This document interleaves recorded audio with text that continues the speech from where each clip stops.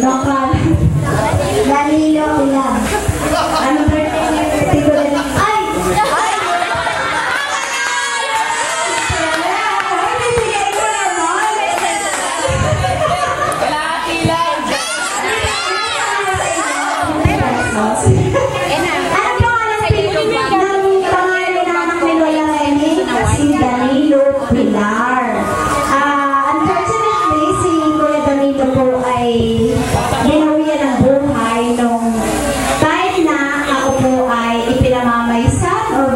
Ikasal. Ano po, ako ikinasal ng July 8, 1995. Yun po yung time na si Kuya Danilo ay namatay. Ano po? Okay na? Okay.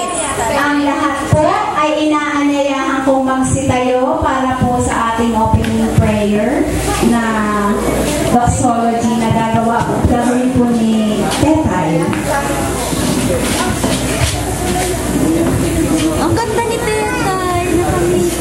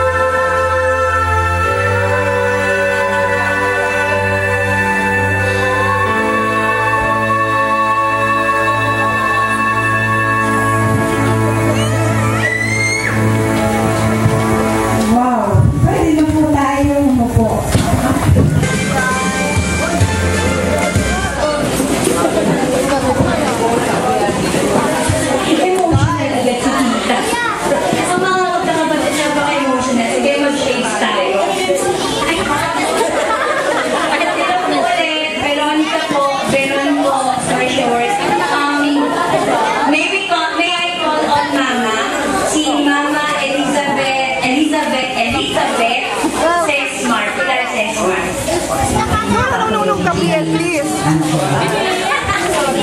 No. Ha? Inhale muna ako. Exhale pa. Sa mga ganito kasi, okasyon na hindi ko kayang humarap sa tao. Pero pag yung mga ordinary na magandang umaga po sa ating lahat. Umaga pa. Dahil po sa amin, ako po ay isang sales agent. Pagdating po sa amin kahit hating gabi na, umaga pa rin. Dahil ang buhay natin ay lagi dapat nasa umaga. Okay. Magandang umaga po. Nasabi niya ng tanghali na po. Pasensya na po kayo. Tinanghali na po tayo. Pagpaumanhin niyo po. Marami pa tayong inaasahang bisita na sana'y darating sa okasyong ito na aming idinadaos ngayon. Welcome ko po kayong lahat na sana tayo'y mag-enjoy sa mga pagkain namin. Pasensya na po kayo kung ano man yung madat na natin. Ang mahalaga po ay yung ating pagtitipon-tipon, pagkain, alak, dancing, banda ng mga bata. Bala na kayong mag-match kasi hindi po yan mga nag-practice. Mga nakikita-kita na lang po sila dito. Para sa nanay namin. Ito po hindi namin inasahan na sa pangungunan ng aming kapatid Sungging. Siya po lahat ang nag-effort nito.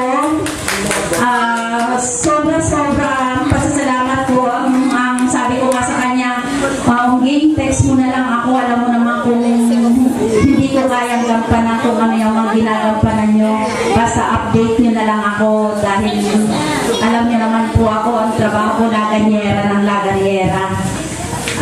Katunayan po yung pong mga sangkapan pagkain natin ay hinugot ko pa sa Baguio dahil doon ako naka-assign for the last 3 days.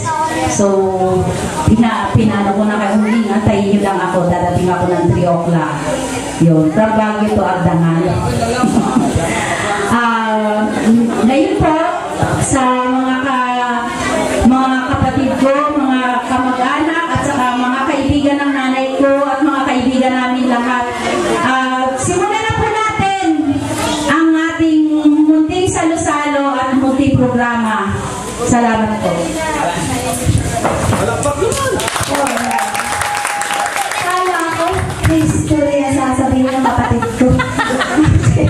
Okay, let's go to the next number, yung blessing of food, para habang nagpo-program tayo, kakain po tayo, para hindi po mainit. Tinatawagan ko po ang bunsong anak ni Pons, si Bernice Marie Pilar, para po basbasan ang ating pagkain.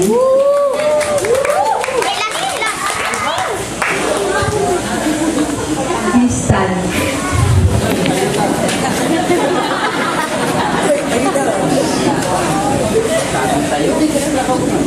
Let us be aware of the presence of God in the name of the Father, and of the Son, and of the Holy Spirit. Amen. Almighty Father, we thank you for gathering us all today, and we thank you for the presence of our dear celebrant, our dearest Lola Reni, and for our friends and family who have taken all the effort just to be here with us.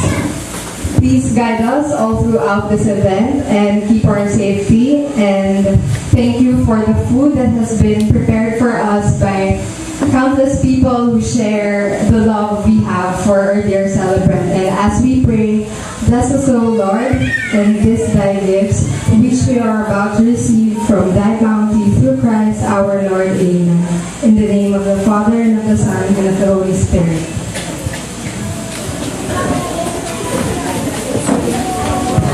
Okay, thank you. Please be seated po. While we're continuing with the program po, pwede na po tayong kumain per table.